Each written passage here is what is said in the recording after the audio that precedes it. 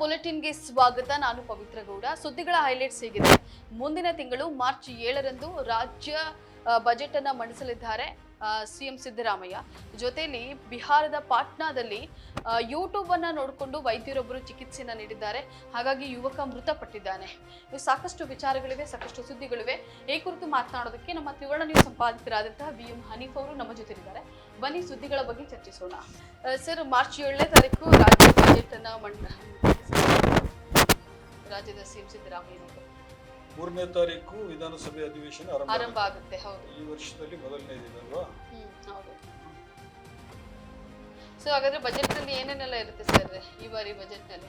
ನೋಡ್ಬೇಕೇನೋ ಹೇಳಿದಾರಲ್ಲಿ ಇವರು ಏನ್ ಹೇಳಿದ್ದಾರೆ ಅಂತ ಹೇಳಿದ್ರೆ, ಸರ್ಕಾರ ಅಂದ್ರೆ ಕೃಷಿಕರಿಗೆ ಪೂರಕವಾಗಿ ಸರ್ಕಾರ ರೈತರ ಹಿತ ಕಾಪಾಡುವಲ್ಲಿ ಹಿಂದೆ ಬಿದ್ದಿಲ್ಲ, ಕೃಷಿಕರಿಗೆ ಪೂರಕವಾಗಿ ಇರುತ್ತೇನೆ ಅಂತ ಹೇಳಿ ಮಾತು ಕೊಡುತ್ತೇನೆ ಅಂತ ವಿಶೇಷವಾಗಿ ಸಿದ್ದರಾಮಯ್ಯ ಅವರು ಹೇಳಿದ್ದಾರೆ.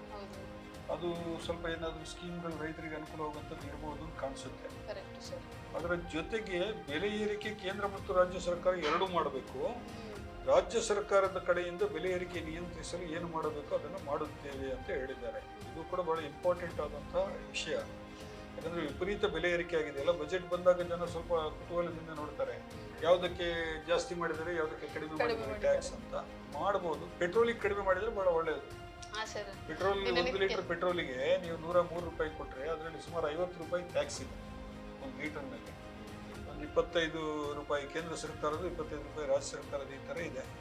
ಸೊ ರಾಜ್ಯ ಸರ್ಕಾರದ ತೆರಿಗೆ ಏನಾದ್ರು ಕಡಿಮೆ ಮಾಡ್ತಾರಾ?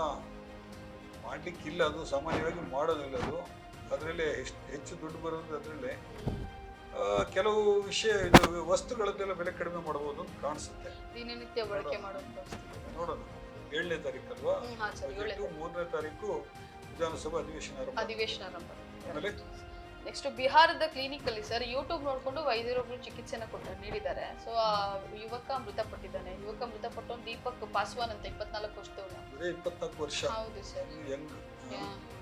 ಎಲ್ಲ ಯೂಟ್ಯೂಬ್ ನೋಡ್ಕೊಂಡು ಅಡಿಗೆ ಮಾಡೋದ್ರಿಂದ ಹಿಡಿದು ಚಿಕಿತ್ಸೆ ಕೊಡೋದು ಕೂಡ ಯೂಟ್ಯೂಬ್ ನಲ್ಲಿ ಮಾಡಿದ್ರೆ ಎಂತೆಂತ ಡಾಕ್ಟರ್ಗಳಿದ್ದಾರೆ ಅಂತ. ಏನ್ ಕಲ್ತಿದ್ದಾರೆ ಅವರು? MBBS ನಲ್ಲಿ ಆಗಿದ್ರೆ ಅಲ್ವಾ? ಯೂಟ್ಯೂಬ್ ನಲ್ಲಿ ನೋಡ್ಕೊಂಡು ಚಿಕಿತ್ಸೆ ವಾಂತಿ ಬೇದಿ ಅಂತ ಹೇಳಿ ಅಡ್ಮಿಟ್ ಆಗಿದ್ದು ಸರ್. ನೋಡಿದ್ರೆ ಪೊಲೀಸರು ಅರೆಸ್ಟ್ ಮಾಡಿದ್ದಾರೆ ಅಲ್ವಾ?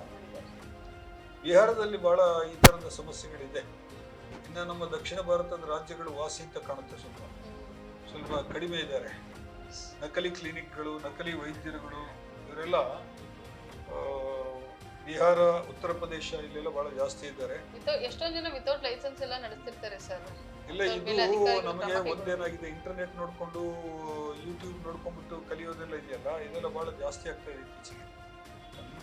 ಬೇರೆ ಓದಾದ್ರೂ ಪರವಾಗಿಲ್ಲ ಸರ್, ಇದು ಜೀವನ ಪ್ರಶ್ನೆ. ಯಾವ ಒಳ್ಳೆಯ ಸ್ಟೋರಿಗಳು ಬೇಕಾದಷ್ಟು ಬರ್ತಾ ಇದೆ ಯೂಟ್ಯೂಬ್ ನಲ್ಲಿ, ಅದನ್ನೆಲ್ಲ ನೋಡಿ. ಬಟ್ ಚಿಕಿತ್ಸೆ ಕೊಡುವಾಗ ಒಬ್ಬ ವೈದ್ಯರಾದವರು ಈ ತರ ಮಾಡಿದ್ರೆ ಆಮೇಲೆ ರಾಜ್ಯದಲ್ಲಿ ಶಾಲೆಗಳ ಬಳಿ ಇರುವಂತಹ ಮದ್ಯದ ಅಂಗಡಿಗಳನ್ನ ಮುಚ್ಚೋಕೆ ಶಿಕ್ಷಣ ಇಲಾಖೆ ಮುಂದಾಗಿರುವಂತದ್ದು ಸರ್. ಅದಕ್ಕೆ ಕ್ರಮ ಕೈಗೊಳ್ಳಬೇಕು ಅಂತ ಹೇಳಿರುವಂತದ್ದು. ಹಾಗೆ ಎಲ್ಲ ಅಂದ್ರೆ ಜಿಲ್ಲಾ ಉಪನಿರ್ದೇಶಕರಿಗೆ ಸೂಚನೆಯನ್ನ ನೀಡಿದ್ದಾರೆ ಸರ್. ಪ್ರೌಢ ಶಿಕ್ಷಣ ನಿರ್ದೇಶಕರು, ಡೈರೆಕ್ಟರ್. ಹೌದು sir. State level director, high school director ಅಲ್ವಾ? ಕೊಡ್ಬೇಕು. ಇವರು ಜಿಲ್ಲಾ ಉಪನಿರ್ದೇಶಕರು ಅದರ ಪ್ರಕಾರ ನಡ್ಕೊಳ್ಬೇಕಲ್ವಾ?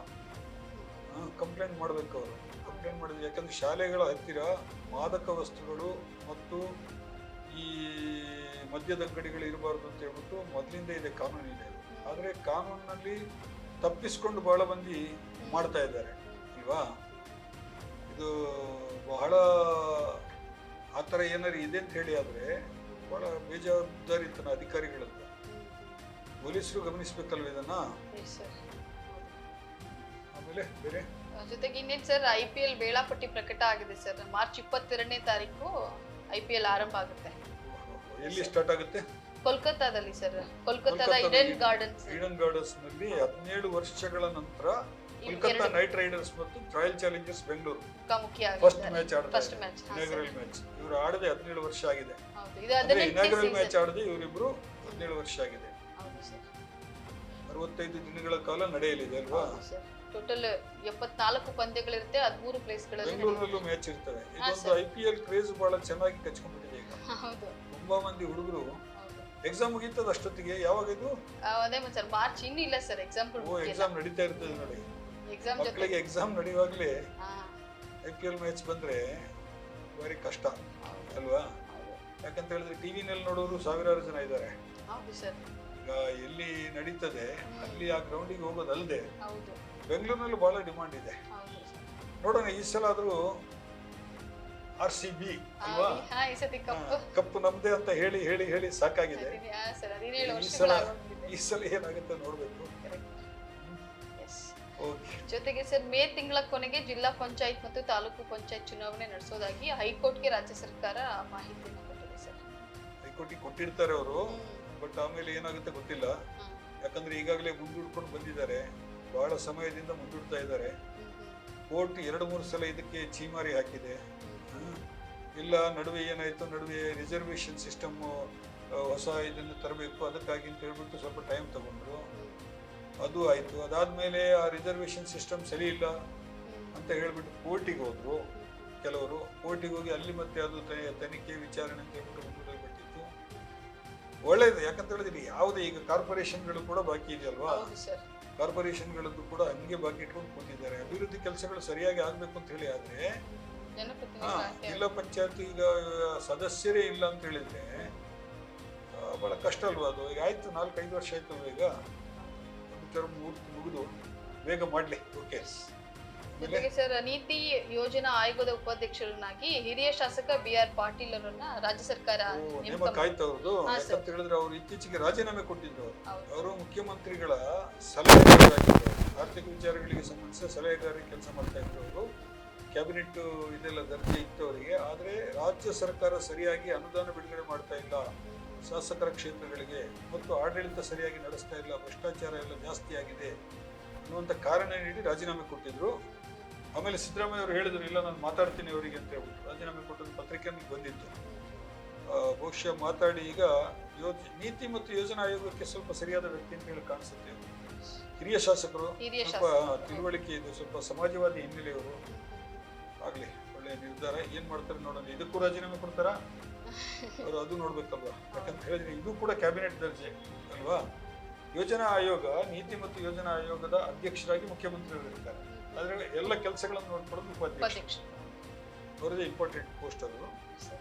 ಇರ್ಲಿ, ಅಷ್ಟೇ. ಇವತ್ತು ಇನ್ನೊಂದು ಸರ್, ಅಮೆರಿಕದಲ್ಲಿ ಸರ್ ಅಕ್ರಮವಾಗಿ ನೆಲೆಸಿದ್ರಲ್ಲ, ಇದು 3ನೇ ಟರ್ಮು. ಮತ್ತೆ ಟೋಟಲ್ 332 ಭಾರತೀಯರನ್ನ ಮತ್ತೆ ವಾಪಸ್ ಕಳಿಸಿದ್ದಾರೆ. ಇವತ್ತು ಮತ್ತೆ ಇನ್ನೊಂದು ವಿಮಾನ ಬಂದಿದೆ. ರಾತ್ರಿ ಬಂದಿರ್ಬೇಕಲ್ವಾ, ನಿನ್ನೆ ರಾತ್ರಿ. ಹೌದು ಸರ್. ಅದರಲ್ಲಿ 44 ಜನ ಹರಿಯಾಣದವ್ರು ಇದ್ದಾರೆ, ಗುಜರಾತ್ನವ್ರು 33 ಜನ ಇದ್ದಾರೆ, ಪಂಜಾಬ್ನವರು 31 ಜನ ಇದ್ದಾರೆ. ಗುಜರಾತ್, ಹರಿಯಾಣ, ಪಂಜಾಬ್ನವ್ರದ್ದೇ ಆಯ್ತು. ಎಲ್ಲರೂ ಅಲ್ಲಿಂದ ಅಕ್ರಮವಾಗಿ ಹೋಗಿದ್ದೆಲ್ಲ ಅಲ್ಲಿಯವರೇ. ಇನ್ನು ಟೋಟಲ್ 19,000 ಭಾರತೀಯರನ್ನ ವಾಪಸ್ ಕಳಿಸೋದಾಗಿ ಅಮೆರಿಕ ಹೇಳಿದೆ. ಆದ್ರೆ ಅಲ್ಲಿ ಏನೋ ಒಂದು ಇನ್ಸಿಡೆಂಟ್ ಆಗಿದೆ ಅಲ್ಲಿ. ಏನು ಅಂತ ಹೇಳಿದ್ರೆ, ಅವರು ಅಲ್ಲಿಂದ ಅಮೆರಿಕದವ್ರು ಕಳಿಸುವಾಗ ಕೈಗೆ ಬೇಡಿ ಹಾಕಿ, ಕಾಲಿಗೆ ಸಂಕೋಲೆ ಹಾಕಿ ಕಳಿಸ್ತಾ ಇದ್ರು ಅನ್ನೋದು ಹಿಂದಿನ ಸಲ ಹಾಕಿ ಸುದ್ದಿ ಆಯ್ತು. ಈ ಸಲ ಇನ್ನೊಂದು ವಿಚಾರ ಅದಕ್ಕೆ ಸೇರ್ಕೊಂಡಿದೆ. ಏನು ಅಂತ ಹೇಳಿದ್ರೆ, ಅಲ್ಲಿ ಸಿಖ್ಖರು ಯಾರು ಬಂದಿದ್ದಾರೆ ಅವರಿಗೆ ಪಗಡಿ ಇದೆಯಲ್ಲ, ಅವ್ರದ್ದು ತಲೆ ಪೇಟ ಇದೆಯಲ್ಲ, ಸಿಖ್ ಪೇಟ, ಅದನ್ನ ಅಲ್ಲಿ ವಿಮಾನ ಹತ್ತುವಾಗಲೇ ಅದನ್ನ ಕಳಿಸಿ ಇಟ್ಟು ಕುತ್ಕೋಬೇಕು ಅಂತ ಹೇಳ್ಬಿಟ್ಟು ಅದನ್ನೆಲ್ಲ ತೆಗೆದುಬಿಟ್ಟು ಕಳಿಸ್ಕೊಟ್ಟಿದ್ದಾರೆ ಅವರನ್ನ. ಅದಕ್ಕೆ ಶಿರೋಮಣಿ ಪ್ರಬಂಧಕ ಇವ್ರದ್ದು ಗುರುದ್ವಾರ ಇದೆಯಲ್ಲ ಸಿಖ್ಖರದ್ದು, ಹೌದು, ಅವರು ಬಹಳ ಆಕ್ರೋಶ ವ್ಯಕ್ತಪಡಿಸಿದ್ದಾರೆ. ಅದು ನಮ್ಮ ಧಾರ್ಮಿಕ ಇದು, ಅದಕ್ಕೆ ಒಂದು ಪವಿತ್ರ ಸ್ಥಾನ ಇದೆ. ಸಿಖ್ಖರು ತಲೆಗೆ ಕಟ್ಕೊಳ್ಳೋ ಪೇಟಕ್ಕೆ ಅದನ್ನ ತೆಗೆದು ಅದನ್ನು ಹಾಕೋಬಾರದು ಅಂತ ಹೇಳಿ ಕಳಿಸಿರೋದು ಅಮೆರಿಕ ಬಹಳ ತಪ್ಪು ಮಾಡ್ತಾ ಇದೆ. ಇದ್ರ ಬಗ್ಗೆ ವಿದೇಶಾಂಗ ಖಾತೆಯ ಸಚಿವರು ಅಮೆರಿಕದ ಜೊತೆ ಮಾತಾಡಬೇಕು. ಆ ಥರ ಇದು ಮಾಡಬಾರ್ದು, ಭಾವನೆಗಳನ್ನ ಧಿಕ್ಕರಿಸುವಂತಹ ಅಥವಾ ನೋವುಂಟು ಮಾಡುವಂತಹ ಕೆಲಸವನ್ನು ಅವರು ಮಾಡಬಾರದು ಅಂತ ಹೇಳ್ಬಿಟ್ಟು. ಆಮೇಲೆ ಇಲ್ಲಿ ಅವರು ಸ್ವಾಗತ ಮಾಡ್ಲಿಕ್ಕೆ ಅವರೆಲ್ಲ ಬಂದಿದ್ರು. ಕೆಲವರೆಲ್ಲ ಅವ್ರನ್ನ ಸ್ವಾಗತ ಮಾಡೋದು ಅಂತ ಹೇಳಿದ್ರೆ, ಅವ್ರು ಇಲ್ಲಿಂದ ಅವ್ರನ್ನ ಏರ್ಪೋರ್ಟ್ ಇಂದ ಊರಿಗೆ ಕರ್ಕೊಂಡು ಹೋಗ್ಬೇಕಲ್ವಾ.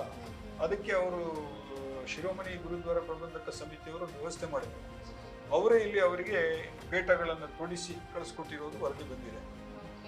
ಇದು ಇನ್ನೂ ಬರ್ತಾ ಇರುತ್ತೆ. ಇನ್ನು 19,000 ಜನ ಬರ್ಬೇಕಲ್ವಾ. ಪ್ರತಿ ವಾರ 2-3 ಫ್ಲೈಟ್ ಬರ್ತಾ ಇರುತ್ತೆ. ಇದು ಬಹಳ ಏನು ಮೋದಿ ಅವರು ಅಮೆರಿಕಕ್ಕೆ ಹೋಗಿ ಏನು ಇದನ್ನು ಮಾತಾಡಿ ಬಗೆಹರಿಸಿದಂಗೂ ಕಾಣಲಿಲ್ಲ. ಅವರು ಯಾರ ಮಾತನ್ನು ಕೇಳಲ್ಲ ಈಗ ಡೊನಾಲ್ಡ್ ಟ್ರಂಪ್. ಓಕೆ, ಫೈನ್, ಅಷ್ಟೇ ಅಲ್ವಾ? ನೋಡೋದಲ್ಲ ವೀಕ್ಷಕರೇ, ಇಷ್ಟು ಇವತ್ತಿನ ವಿಚಾರಗಳು. ಮುಂದಿನ ಎಪಿಸೋಡ್ ನಲ್ಲಿ ಮತ್ತೆ ಸಿಗ್ತೀವಿ. ಅಲ್ಲಿವರೆಗೂ ನಮಸ್ಕಾರ.